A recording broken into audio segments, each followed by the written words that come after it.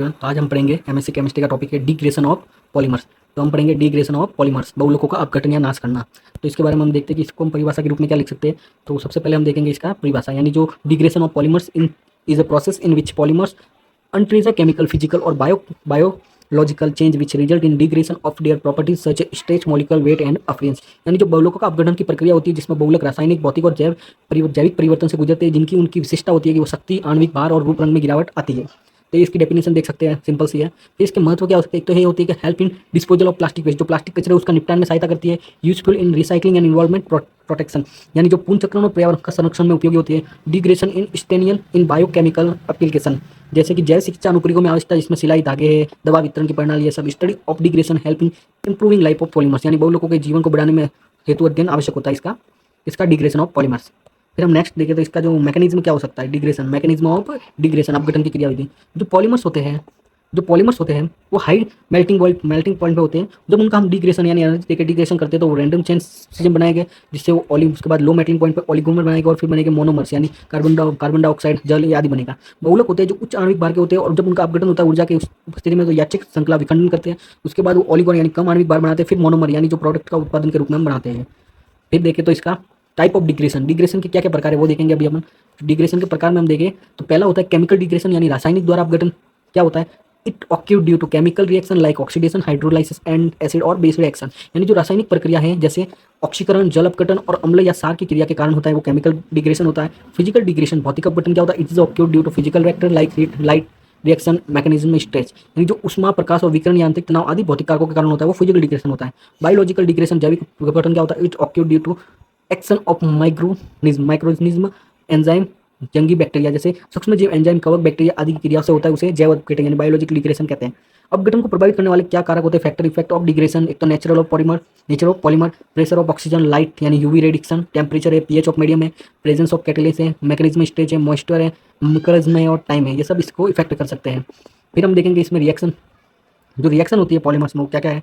तो सबसे पहले देखेंगे हम ऑक्सीकरण डिग्रेशन, जो ऑक्सीजन की उपस्थिति में डिग्रेशन होता है, occur by the reaction with oxygen formal peroxy radical, यानी जो पीएच में जल ऑक्सीजन के साथ करेंगे तो ये रिएक्शन बनेगी, फिर पी के साथ ऑक्सीजन पी डबल बॉन्ड ये सब बनेगी। यानी जो डिग्रेशन ऑफ पॉलीएथाइल एंड पॉलीप्रोपेलेन होती है, ऑक्सीजन से प्रयुक्ता जो पेरोक्सी मुक्त बनाता है, उसे श्रृंखला का कटाव होता है। फिर अपना हो जाएगा हाइड्रोलाइटिक डिग्रेशन, जल अपघटन, occur by the action of water in the present of acid base, यानी जब इसकी अभिक्रिया जल के साथ करवाएंगे तो ये जो डिग्रेशन ऑफ पॉलिस्टर पोलामाइड बनेगा, अम्ल सार की उपस्थिति में जल की क्रिया से अपघटन होता है। कौन सा अपघटन, हाइड्रोलाइटिक डिग्रेशन अभी। फिर अपने पास में है फोटो डिग्रेशन, प्रकाश अपघटन, यानी यूवी रेडिएशन की उपस्थिति में जो होता है, उसमें क्या होता है कि जो future reaction lead to chain season, जो डिग्रेशन ऑफ पीवीसी है, पॉलिश एथाइलिन है, वो सब फोटो ग्रेडेशन होता है। यूवी प्रकाश की क्रिया में बंध टूटते और श्रृंखला का विखंडन होता है। फिर अपना पास में उसमें अपघटन क्या होता है, उसमें अपघटन में देखें तो थर्मल डिग्रेशन में ऑक्यूरेट हाई टेम्परेचर, जिसमें अपन ये देख सकते हैं कि ये जो बनेगा प्रोडक्ट के रूप में, यानी डिग्रेशन ऑफ पॉलीएथाइलिन पीपीएम में उच्च ताप पर बहुलक का अपघटन करता है। फिर देखें तो मैकेनिज्म में डिग्रेशन, मैकेनिकल जो डिग्रेशन यानी यांत्रिक अपघटन होता है, वो occur due to mechanism stage of sits, यानी जो यांत्रिक तनाव, घर्षण और श्रृंखला टूटती है उसे कहते हैं अपने पास में मैकेनिज्म डिग्रेशन। फिर अब बायोलॉजिकल डिग्रेशन क्या होता है, बायोलॉजिक जैव अपघटन क्या होता है, मुख्य बाय माइक्रो एंड एंजाइम की उपस्थिति में, यानी सूक्ष्म जीव एंजाइम की क्रिया में कार्बन डाइऑक्साइड, जल का बायोमास बनना, ये सब क्या होता है, बायोलॉजिकल डिग्रेशन होता है। फिर एग्जांपल देखें तो हम क्या हो सकते हैं कि जो पहले एथाइल है ना, वो ऑक्सीडेटिव और फोटो और थर्मल डिग्रेशन में करते हैं।